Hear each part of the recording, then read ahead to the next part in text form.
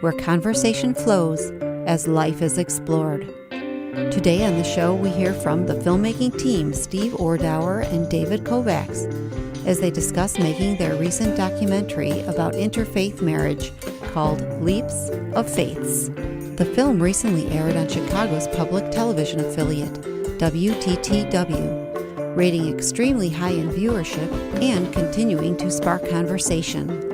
The accomplished documentary filmmaker, Bob Hercules, sat down with the two to discuss the filmmaking process as they crafted this story to ultimately document a difficult yet inspirational journey as people come together in marriage, demonstrating an extraordinary level of acceptance.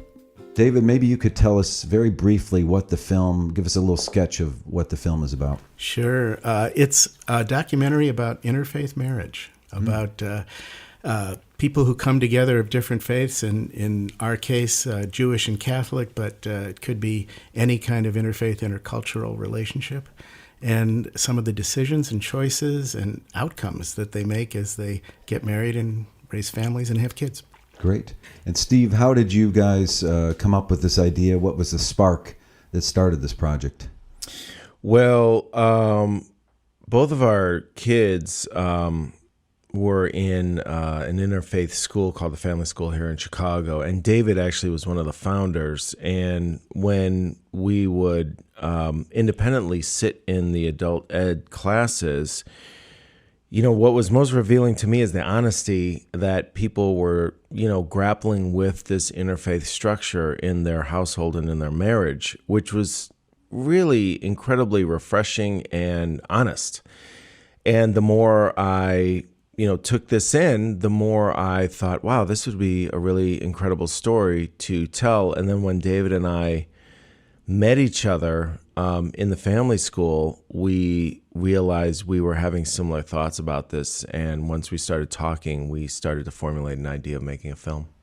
Were you surprised, David, that there were so many interfaith marriages and that they were succeeding? Because I watch something like this and think there's a lot of challenge there between two faiths and trying to make a marriage work and your family and the kids and the culture. What was going through your mind? Well, more and more, Bob. If you go back, I'm married 32 years. You go back then, things were different. People kind of tended more to stay in their own groups. Certainly our parents' generation did. Mm-hmm. Then people go to college, people move different cities and have these jobs and meet other people, and the world becomes so fluid that inevitably people fall in love. Mm-hmm. And look what happens. They have kids, and then when they fall in love, and think about getting married, religion kind of enters into the picture. It may not be their first or second thought, but it's probably their third or fourth. Mm-hmm. And when they realize that, hey, there's all these choices and there's these ways of doing it. You could have a family where one partner converts or one partner doesn't convert, and you could have, we're going to raise our kids in one faith, or maybe no faith, or maybe try both faiths. And the combinations are just fascinating. What do you think, Steve, are the biggest challenge that families face when they decide to get married if they're from completely different faiths? What are they up against? Oh, everything. I mean, everybody is basically telling them not to do it. I mean, I got the inquisition from my mother about it as well. I mean, oh, she's not Jewish. Oh, how are you going to raise the kids? How are you going to do this? How are you going to do that? And I remember there was this really, really interesting moment when I was standing in her office and talking to her, and she was just rattling off all these questions. And I finally just looked at her dead in the eye and said, I don't know, but I do know that I love this woman, and this is my sense of place and home, and we're going to create a possibility. And I had no idea about the family school. I had no idea how this was going to turn out. And that is a very common theme for interfaith couples, that they really didn't know, and it's in the film. The people who founded the interfaith school, along with David, at the 20th year anniversary, one of the speakers who founded the school said that we had no idea, and that in and of itself is one of the most genuine expressions of love that I've seen, because in the face of obstacles and you really not knowing, but you do know that you want to be with this person and you'll work it out. That's really remarkable to me. So yes, you're up against all types of societal boundaries to get married in an interfaith structure, for sure. Yeah, if I could just tag on. I mean, we want anybody who's in an interfaith situation or a relationship or a marriage to look at this film and feel good about their choices being honored. So we have people who are raising their kids in one faith or another. But we really thought it was fascinating, this notion that 25 years ago, when the family school was founded, that this was a group of couples who said, maybe we can teach our kids Judaism and Catholicism. And it was just like, how do you do that? But we had really supportive clergy. We had a wonderful host in Old St. Pat's Church who said, you guys, you can have the space, you can do what you want, you can run the school. We're not going to tell you what to do. And for years, then it just, my wife developed the curriculum, and it's a K-8 curriculum where there's always a Jewish and a Catholic parent teaching these lessons so the kids grow up learning to see life through two different lenses. And what was fascinating to us is, okay, how do they turn out? Do they think of themselves as Jewish when they're done? Do they think of themselves as Catholic? Do they think of themselves as interfaith? And so now that the school's been there 25 years, we were able to go back and take some of the kids from these first years who are now 20, 21, 23 years old and say, okay, let's rip this apart. Let's see what this was like for you. And it's not all positive and it's not all negative. It's just fascinating, and it's different for every kid. But Dave, just to piggyback on that, what's really interesting about it is that a common theme with the kids is that they have a pretty strong sense of self, which is a wonderful thing to have in children, period.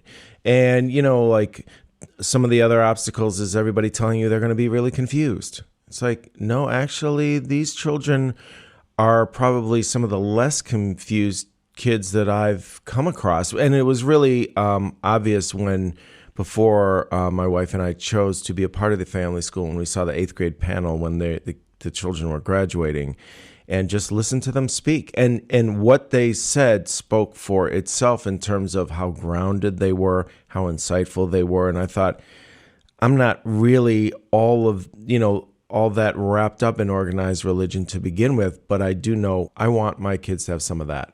Yeah, and those are some of the best scenes, I think, in the movie, is those discussions the kids have, certainly older kids have, reflecting back about their experiences. It's, like you said, so deeply honest. You can't have two religions in the home without some measure of doubt, especially on the part of your parents, because neither of our parents converted to the other's religion. So it starts out with doubt.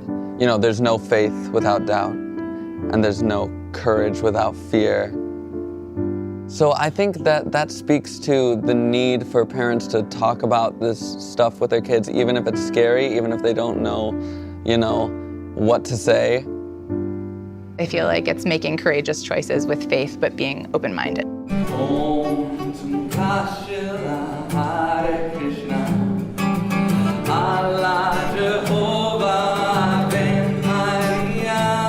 To explore how we can coexist and learn from each other and shed light on each other. It promotes a more holistic understanding of the world.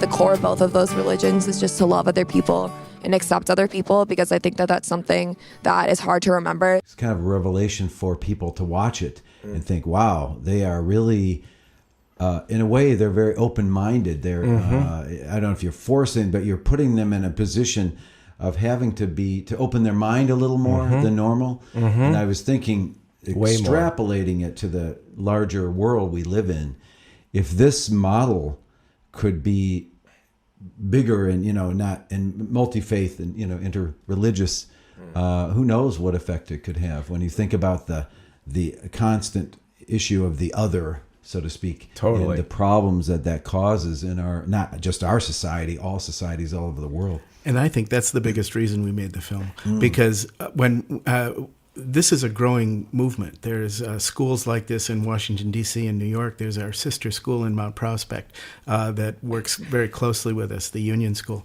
And what I would say is that, we've been in the Chicago Jewish Film Festival. We're going to enter other Jewish film festivals and film festivals across the country, and have these post discussions, because the film's less than an hour, so we have time for a discussion. Nobody leaves. People want to talk about this. Yeah. And we thought that these audiences in the Jewish Film Festival would be going, this interfaith marriage, it's really dangerous for the Jews, and we thought we'd get pushback. We got curiosity. We got, how do you do this? Tell us more. And so we think we're tapping into something. Yeah, and this came up very early on in the filmmaking process. We noticed this immediately. I believe I said, look, this is an excellent structure for people to learn the idea of acceptance across any boundaries. And David and I were very much on the same page on this right away, and it was very motivating, because I'm all about crossing boundaries. I think that's really wonderful, especially to go against conventional wisdom that exists for no real apparent logical reason. It just does. And I've often said in the edit sessions, when, it's really easy to look at another group in society, whether that be socioeconomically or racially, and put them at arm's length.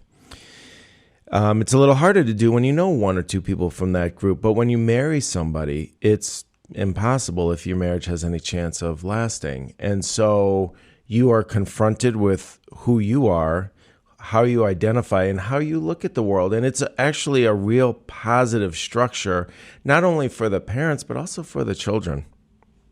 Those are great points. What did you want to accomplish with this film? What was the goal or goals to... Well, I think we're storytellers, as any filmmaker is, and so we wanted to tell great stories. We wanted to, all the traditional elements of, you take the call that the hero hears, and here's, you fall in love. That's your call. And then what are the obstacles? And there's plenty of obstacles Steve was talking about. And then how do you find it in yourself to come above those obstacles? And so great stories. And we just want to help people. There's so many people out there who wonder about this and look for guidance and talk to clergy and seek out resources. We just want to expose as many people to this discussion, and that's why we called it Leaps of Faiths, because we truly believe in the dichotomy of both faiths. And there's just something when you watch the film of, here's a priest, here's a rabbi. They don't have to be so different, they can cross each other's boundaries, and it's refreshing. And we want people to see that and feel that they're not alone. Well, also most of the people in the family school were in this predicament where they were looking for resources, such as my wife and I, and we didn't know what to do. And we found the family school. We had washed up on shore and found an oasis in the middle of the desert. We're like, oh my God, thank goodness this exists. And that's really, really beautiful. And, just to further that, what's really remarkable is the collateral goodness that has happened from the film, because, a lot of people have issues with religious structures, and that, there's a self-righteous tone to a lot of religious paradigms in which my way is the right way and everything else isn't as good.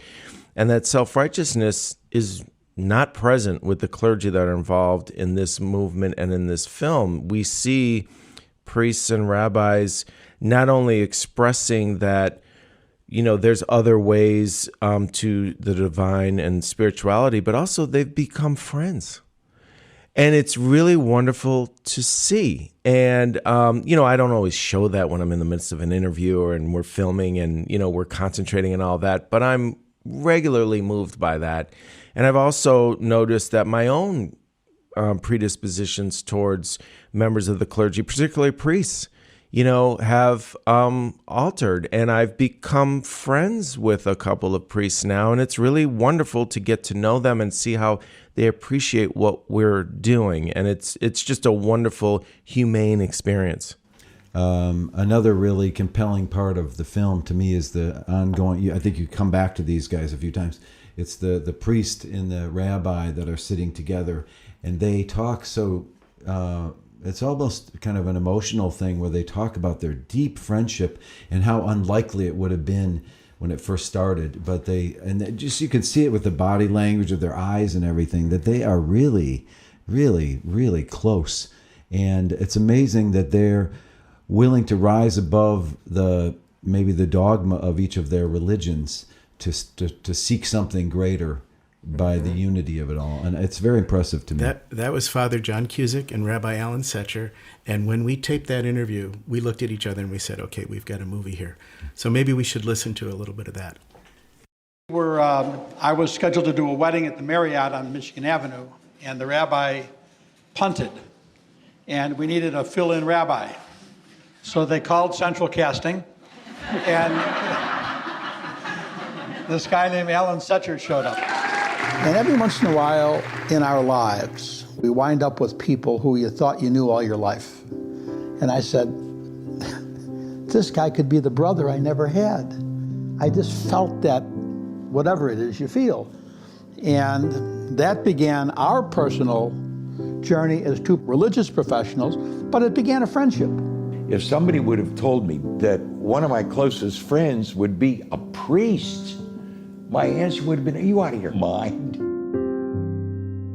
What would happen if we looked at life where no one had to be the enemy? Somebody doesn't have to be right, therefore somebody has to be wrong. If we've done anything, and if I've learned anything, Alan, from you, it's not right versus wrong. It's, what do you see? How do you live? Let me tell you what I see, and let me tell you how I live. It was the relationship here that said to me, you can play a role in lives that has meaning, and you can have a full, broader life as a result of your relationship with a Catholic. And what's really wonderful about that, Bob, is that John Cusick, the Father Cusick, says, he's like the brother I never had. And you just feel that certain something, and you just know. And it's really quite moving to see a rabbi and a priest who both, along with the other clergy involved in interfaith dynamics, to befriend each other in such an intimate and close way, given the risk that they took to be involved in this. It's not like it was easy for them at all. And I kind of forget that while we were filming, was that, this is a huge risk for them. I mean, they have a vested interest in maintaining their own religious structure and paradigm moving forward and to keep it sustainable. And, all of the clergy involved were taking risks, particularly the rabbis, because, Jews are concerned about their numbers, particularly after World War II. And, we addressed that point blank in the film with Rabbi Evan Moffick. And, the thing about this story is that none of the people involved shy away from the touchy subjects. And that's why we were so enthralled with making this film.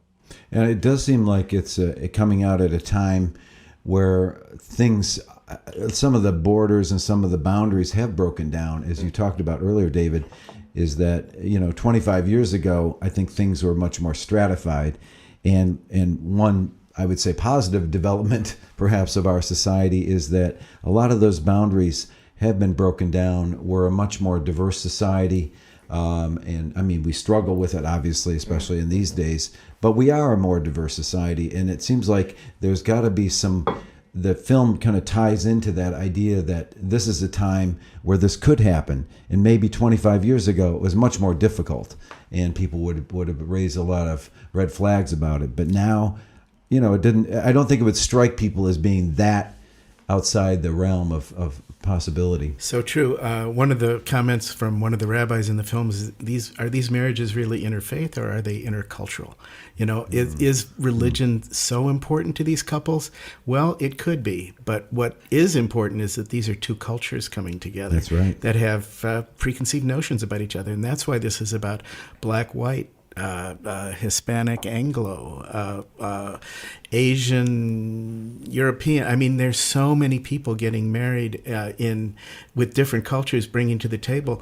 They have many of the same questions that the couples in this film do. Yeah, that's really, really true. And I remember when Father Hercules said, he noticed that this is a structure for people to really practice genuine acceptance. And he's going to pray that, this continues and spreads globally. The reality of people of different faiths coming together Can this have a ripple effect, in the world? Boy, I sure hope so. And I'm going to pray that it does. That's the great blessing, is that if they feel at home, they feel at home in a church, and they feel at home, when the Jewish high holidays come around, or in Jewish congregations, communities, that's a win-win situation. Is it going to be perfect? No. Will it be messy? You got it. But at least we're committed to it. Instead of putting people in certain boxes and categories, well, you're a Jew and I'm a Catholic, and so therefore we shouldn't be together. I applaud people who have said, no, we're going to figure out a way. And wouldn't that be a wonderful, wonderful gift for the rest of the world to see?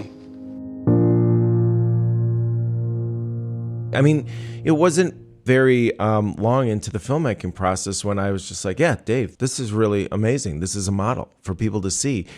And acceptance is much harder than we realize sometimes, particularly with religious structures, is one of the hardest barriers to cross in our society, and to see people doing it again and again. And the thing that's really was missing before without these schools is that there wasn't a community of support. And now that there's a community, I mean, there's over, 100 families in the family school in Chicago. There's more families in New York and in D.C. respectively, but the community is critical.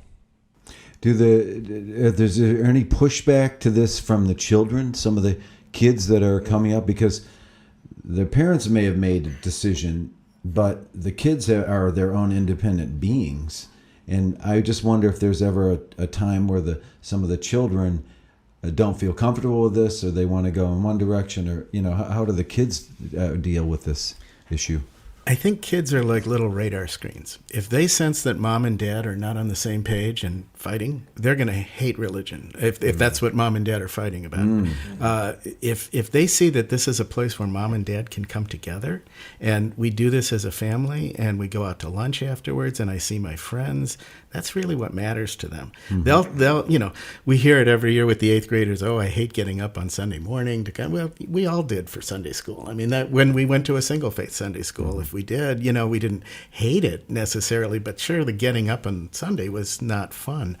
But they did it, and they hung in there. I think what happens is, when they get into 7th and 8th grade, they get into travel sports teams, and the weekends are hard, and, they can't really stay with it. So they make their choices. And a lot of kids that's been the choice they've had to make. But the ones who stayed with it have seen it for a reason. I'm Bob Hercules, your host, and we're talking today about a new documentary called LEAPS of FAITHS, a documentary produced by David Kovacs and Steve Ordower, and they are also the co-directors of the film. So, David, tell us one of the most significant parts of the film you just described to me. Can you set that up for us? Yeah, there's a young woman named Anna who we hear her in 8th grade talking about growing up interfaith, and then she takes a trip to Israel in which the tour guide really kind of gets in her face about what her faith is, and it's pretty powerful. Let's give it a listen. I took a trip to Israel with my parents and my grandparents. My grandma was a spy during World War II, Jewish spy, so she's a survivor. We were at dinner one night with our tour guide, and eventually he turns to me and starts asking me questions about what I believe. He's like, well, you're not full Jewish, you're half Jewish. And eventually he looks at me and goes, oh, well, you're Hitler's success, right? You're not a Jew. And that will stick with me for the rest of my life. My whole family came to defend me, so that's great. But I was still very upset. You can't tell me that first of all, my family history and what they've been through fighting against Hitler. And second of all, I'm a full Jew and a full Catholic. The children aren't pushed in one direction or another. Some kids come out of this and they're identify as Jewish, some as Catholic, and a lot of them as both, and some as atheist. And so what's really interesting is it actually smacks in the face of my view in terms of organized religion, in terms of the inherent indoctrination, which I have an issue with, to be quite honest. And I don't feel like my children are being indoctrinated. I feel like they are involved in a structure that promotes critical thinking and also intertwined with a genuine sense of spirituality, not going about it just to check off a box and say, I did the right thing here. They actually, we have service projects that are genuinely helpful, say, for the homeless or what have you. And I'm all for that. And this structure allows them to explore that and experience that in a real way, not in a way that's kind of force-fed and just say, oh, because this is just the thing to do. There's thought. And it promotes, thoughtful conversation and explanation from the parents to the kids, not just this rote list like, okay, now we're going to do this, now we're going to do this. There's more of, well, why are we doing this? Yes, critical thinking. Yes.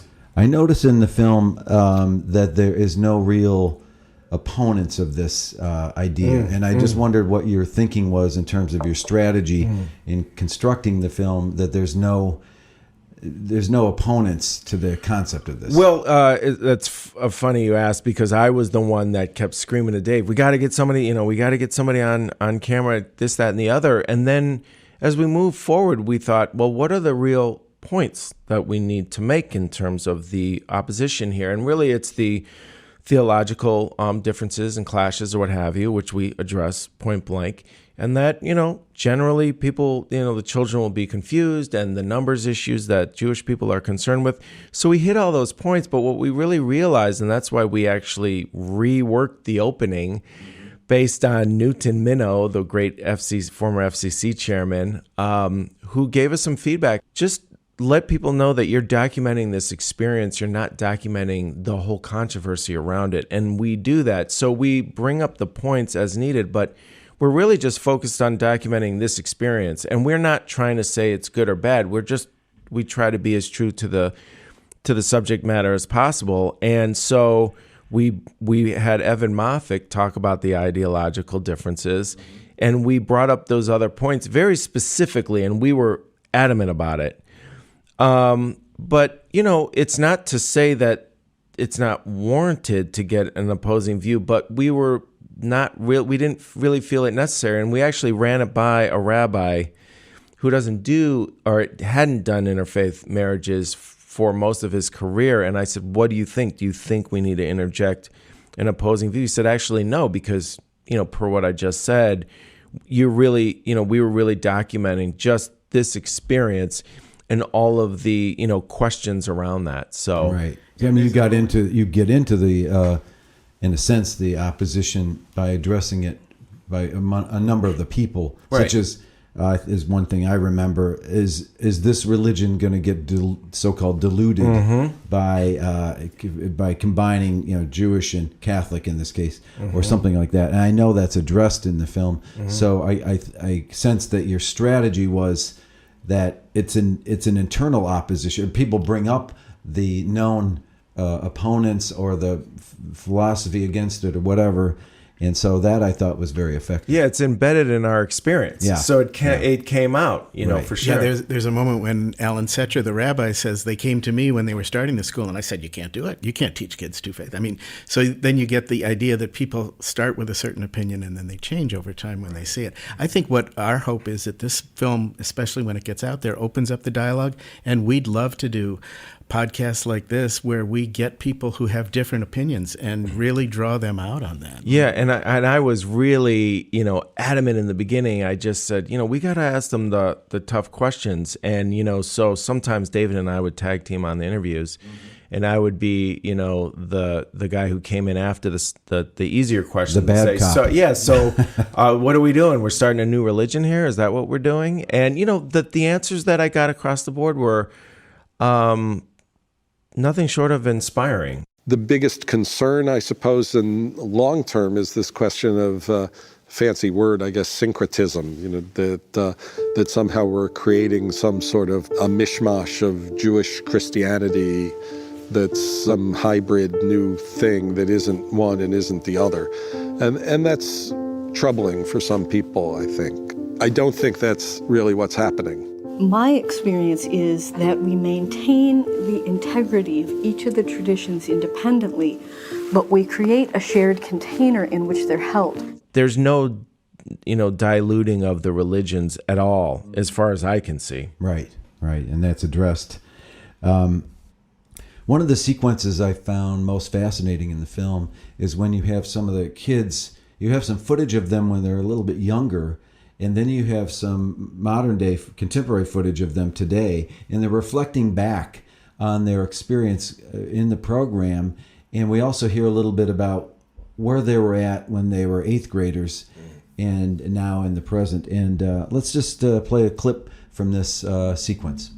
When children grew up in interfaith homes and they were raised to feel a sense of being both, and now they're young adults, it's so interesting to talk to them about who they are now. We're all alums of family school, and we're here with the 8th grade class. What do you remember about it? It's just been hilarious to look back at these quotes of things I said in 8th grade. We conceive that multiple religions can coexist very well. I was totally eating it up. One time we had to draw a picture of God, which I think was a really, really cool activity. And I think that really helped our perception of our interfaith identity. Charlie drew God with the Sox hat, and I drew him with the Cubs hat. In so many ways, I've changed and made 180s. I don't think of God as someone who judges you in any way, or who makes laws that are set in stone. Which I think, to be honest, I really couldn't disagree more with now.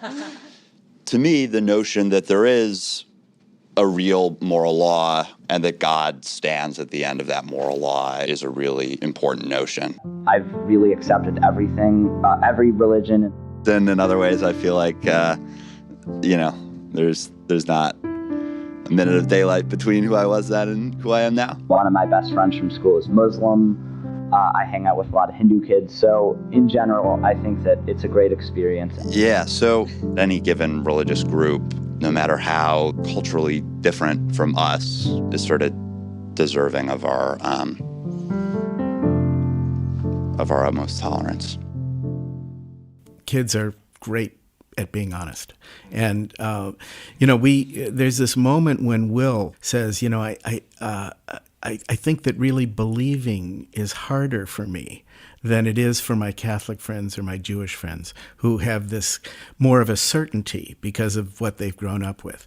And then he said, maybe that's a good thing, but I don't know. So he's still figuring it out. And I think that's beautiful. I mean, so many kids, when they hit bar mitzvah age, when they get confirmed and they're done with Sunday school, they're done with religion. They're ready to go out in the world. They're ready to, encounter whatever it has to do. And, the idea of in college, going to a Hillel or a Newman Center, or, maybe they'll check in something familiar, but they're exploring their own world. And maybe if they're musicians, maybe their religion is their community is their fellow musicians, or filmmaking, and any endeavor that brings you together with other people. That's your community. It's what I've always thought about religion is kind of what gets you up in the morning, gets you excited about the day ahead. And I think as young people, that's their passion, and they find that out. I think when they fall in love, they start thinking about a family, then maybe they come back a little bit. But I think that's a fascinating journey that they're all on. Do you ever feel like children can get confused? Is there cases where kids coming up in this dual marriage get confused? What is my identity? What is my... where do I stand? Does that come up? I think Will said as a kid in the film, he says, I think you become less confused. Because, when you're, at least my religious experience growing up was very perfunctory. I mean, I was, not really in touch with it. I didn't feel any intimate connection with it at all. Did you get bar mitzvah? Yes, I did. Okay. Yes, I did. And so...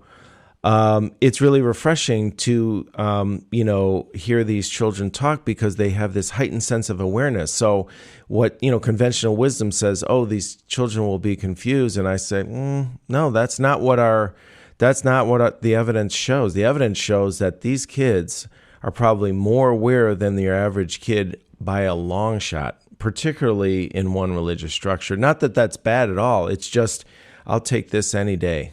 And what's interesting is now that we've got these kids who are in their 20s who grew up with this, they're getting married. And they're finding people of other religions. So, they're bringing their interfaith thing to marry a Catholic or marry a Jew or marry a Hindu or marry a Muslim.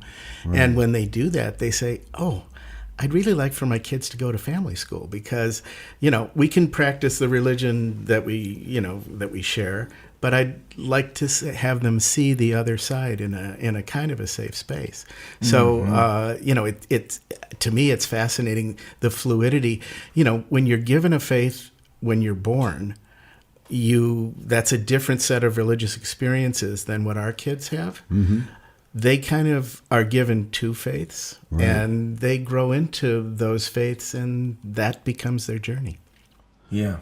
Is there examples of this with other religions, such as somebody brought up in the Muslim faith, or, how are there similar examples like that? Because that I would think would be, Muslim marries a Catholic, let's say, which I'm sure happens, and then they decide at some point, well, we want to raise our kids similar to you guys with both faiths. Does this happen as well? That's our next movie. Okay. I mean, because we would love Part to. 2. Yes. Yeah. That 3 and 4. particular thing is so fascinating because there's strong commonalities as well as differences in Judaism and Christianity. The ones between Islam and Christianity, or Islam and Judaism, are much more, the similarities are much more subtle. The differences are much more stark. So I think, but we all worship the same God. So if you start with that and see where you can go, any kind of possibilities are there. Yeah, and Ike Serrata says something in the film that always really struck me. Faith is, in a certain sense, universal. The Jewish mystics have a name for God, which is Ein Sof, which means without end. And what that means by definition is that everything that we say in any faith about God is putting limits on something that is limitless. So when we talk about God, God is bigger than Judaism, God is bigger than Christianity, God is bigger than Islam, God is bigger than all faiths. And so our faiths are kind of the structures that we create to help us understand a thing that is beyond understanding. I always approach it as it's about teaching and it's about learning. To learn from Christians about their faith and their traditions is also an extremely valuable thing for Jews to learn. And that really, really struck me. And he said the idea of faith is universal. And we would love to make films like that. And it struck me as we were just talking is that it's not really about the destination and the goal to get somewhere. It's that this structure is the journey, and the journey is what's so beautiful because it brings people, it makes them more aware and alive. And they're really like fully vested in this situation because you can't go into an interfaith marriage unless you're all in. Yeah. Or it's just going to collapse. Yeah. Could be problematic if it's not all in. It's a really good litmus test. Like, do you really love me? Well, the kids would be onto it immediately. Yeah. That's absolutely. Sure. Yeah. What about the issue of Jesus? Jesus was a Jew, but then was, of course, so how do you deal with, because Jews have a problem with Jesus. Catholics or Christians in general are Christians. So how do you deal with that issue? Well, we have a chunk of the film that really addresses that. And, Rabbi Ari Mafik, who really works so closely with interfaith families, it's such a beautiful thing, says, when we were in Sunday school, we thought as Jews that Jesus was a bad word, that Jesus, and then Evan, her husband, kind of enters the conversation and says, there was a sense of being anti-Semitic. Yeah, and I'm in the edit session going, yes, that's my experience. Yes, exactly. Oh my God. So this was therapeutic for us for sure. No doubt. Yeah, but I think what our kids give a sense, and one kid said this at one of the 8th grade panels, he says, we can all agree on the teachings of Jesus, or for Jews, most of the teachings of Jesus. There's commonalities. It's the teachings about Jesus where we differ. So these kids really get a sense of, Jesus does not have to be a bad word if you're, with your Jewish family. And there's ways to see this great Jewish teacher and rabbi as a source of wisdom, a great prophet. The divinity of Jesus, yes, we differ about that. But these kids see past that. Yeah, and Evan Mopvik, one of the rabbis that participated in the film, wrote a book on the Jewishness of Jesus. And it's like, because I used to, for a short time early in my career, I would do some of the editing on a religious broadcast for a church. And I remember looking at the passages, and, I was told that these were the things that Jesus said. I thought they were wonderful. They were really nice. And I used to comment to my girlfriend at the time, now wife, and say, I have no issue with this. I think that's beautiful. But it's these, this is the only way, and this is the source of salvation, and there's no other way. The dogma, and the indoctrination. And, to see these religious paradigms transformed, it's almost like the clergy have transcended these barriers and said, no, there is no one way. This is one way, and here's another way to to experience the divine. And that lack of self-righteousness was extremely refreshing. Interesting. In the Christian tradition, you have God is love. When you're in love, you're in the mystery of God. Jack Wall, the former pastor of St. Pat's, and I are cut from the same piece of cloth. Let's try things.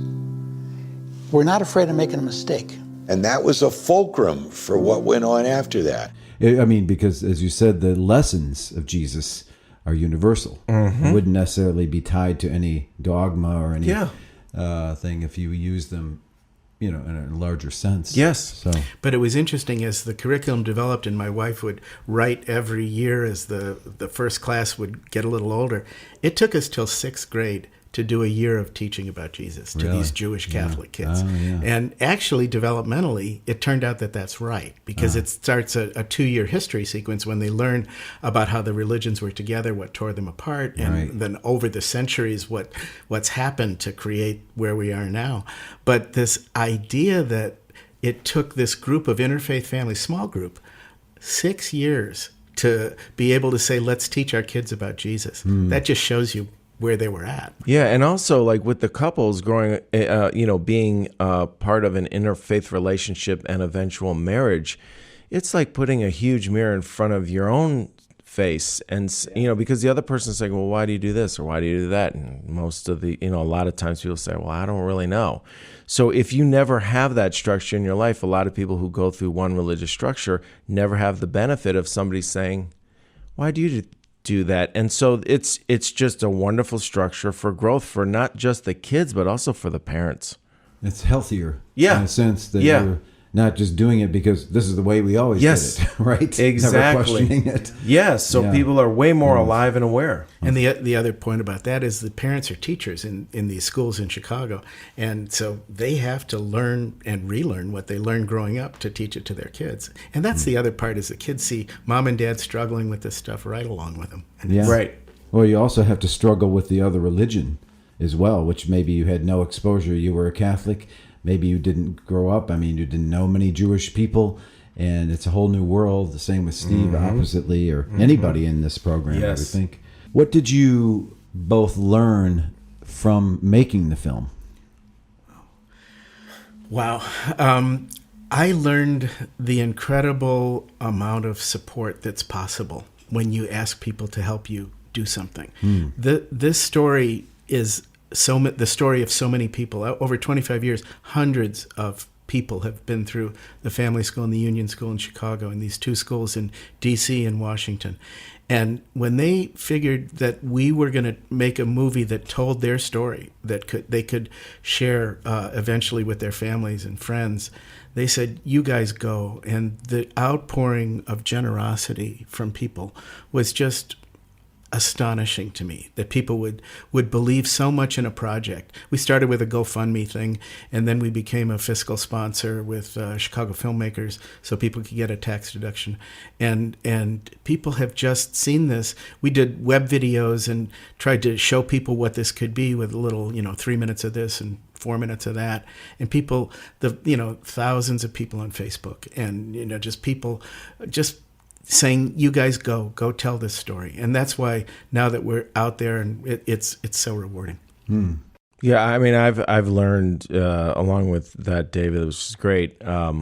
I've learned so much about my own beliefs and my own implicit biases and all of that. But at the most fundamental of levels, what I learned is what's possible. This film is really a film about possibility. And in the face of not knowing, we documented people doing this again and again and again and standing for love in the face of absolutely no agreement whatsoever. Don't do this.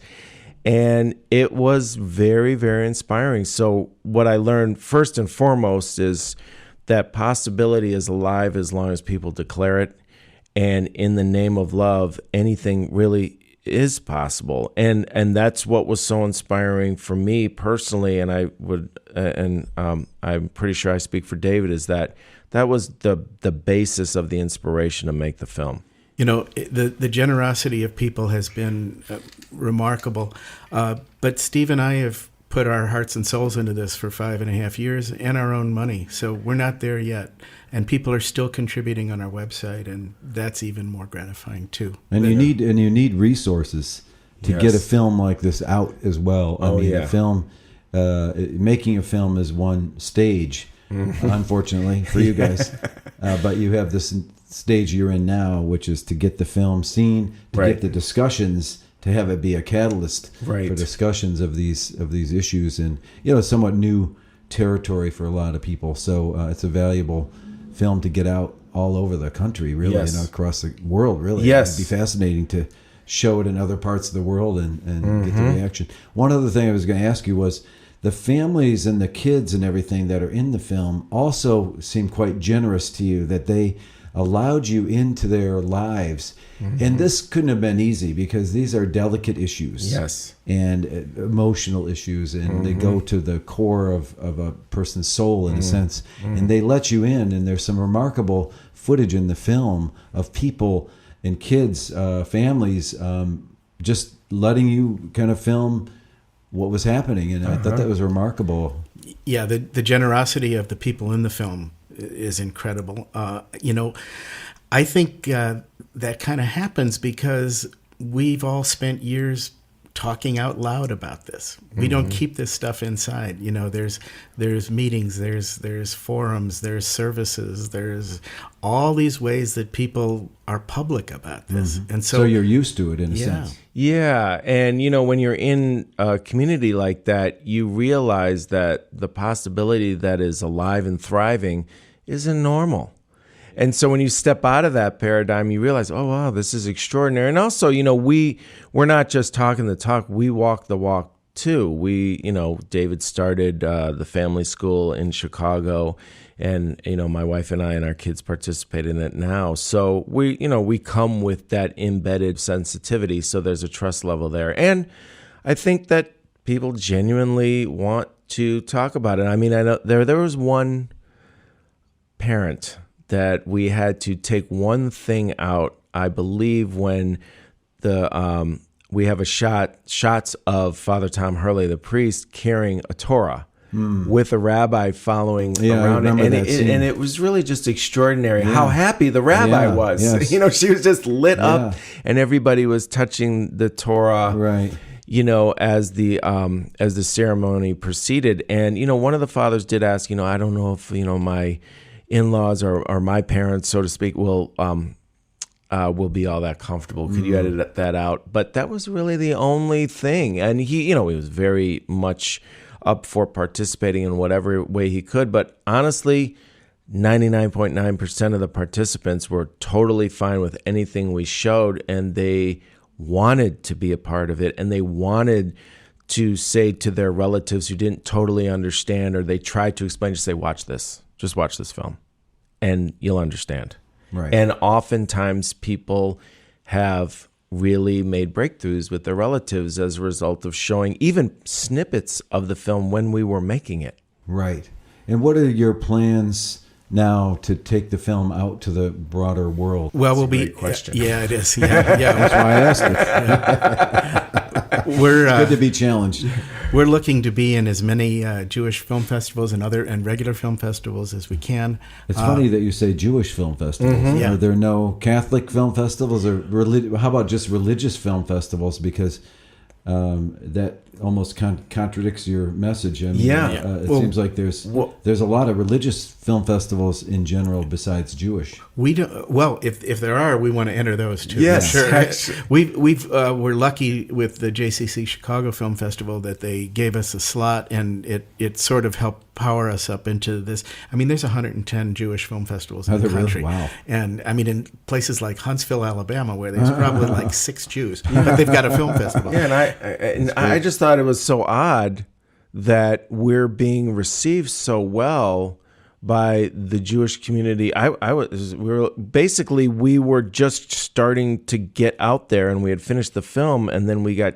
How did that happen exactly? Through Rabbi Moffat. Yeah, okay. And then next thing you know, we're in the JCC Chicago Film Festival, and then we're in a couple of theaters. We're like, great, let's just we just wanted to get it out there and show it. But my goodness, the reception has been really positive. Right. Yeah. So the WTTW thing will be huge for us. It's a one-off in terms of PBS. We don't have a national PBS exposure, but we're looking into that, and we're looking into other film festivals, as we mentioned, and then streaming, because that's really where we think that a lot of the good between people and families can be. Hey, watch this film. And that's where everybody's, let's be honest, that's where people are watching films anyway. So. Yeah, and I mean, I think I think it would be very appropriate to have a national run on the PBS affiliates around the country. I mean, there's a good chance that we'll play in New York and DC, but I'd like to see it in every major market and the smaller markets. I mean, I think this will resonate with people across any walk of life for sure. Yeah, the film festivals are great. The length of it, we could lengthen it to be a theatrical length, but I think the length of it right now, as being under an hour, allows for these discussions that happen. Yeah. And that's almost as much of a draw as the film itself. Yeah, it makes the film going experience an event. Right. Yes. And I think it's because of the nature of the film, there needs to be discussion after the film. Yeah. So it's not just like a film you'd show and people walk out.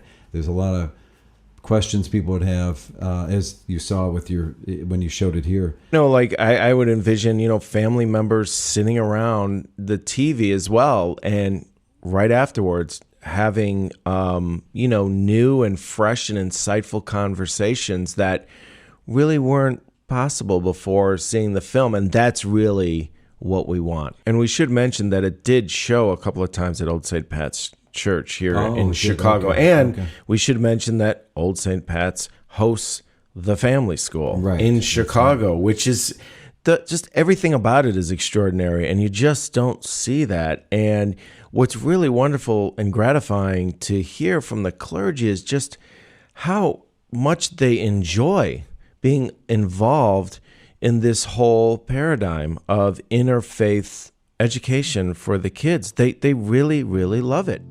To see and to witness our young children who have grown up into adults, I think is pretty special. It's really wonderful. It's gratifying. And they've created these friendships with clergy from other faiths. It's actually quite awesome to witness and be a part of. It's not your grandmother's Catholic church. No, That's right. That's right.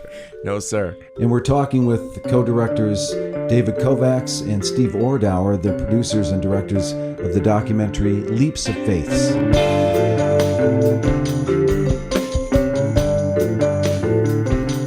To find out more about the film, you can visit leapsoffaiths.org, where you can watch the trailer, read the blog, donate to the documentary, as well as stream the film.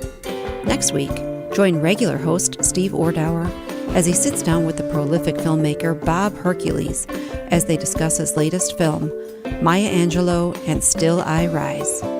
This documentary captured the essence of an American icon and was seen on the PBS series American Masters, played at film festivals around the world, including Sundance, and won a Peabody Award. They will also look back on Bob's illustrious and fascinating career, documenting so many poignant moments in history. This has been a Rhythm and Light production.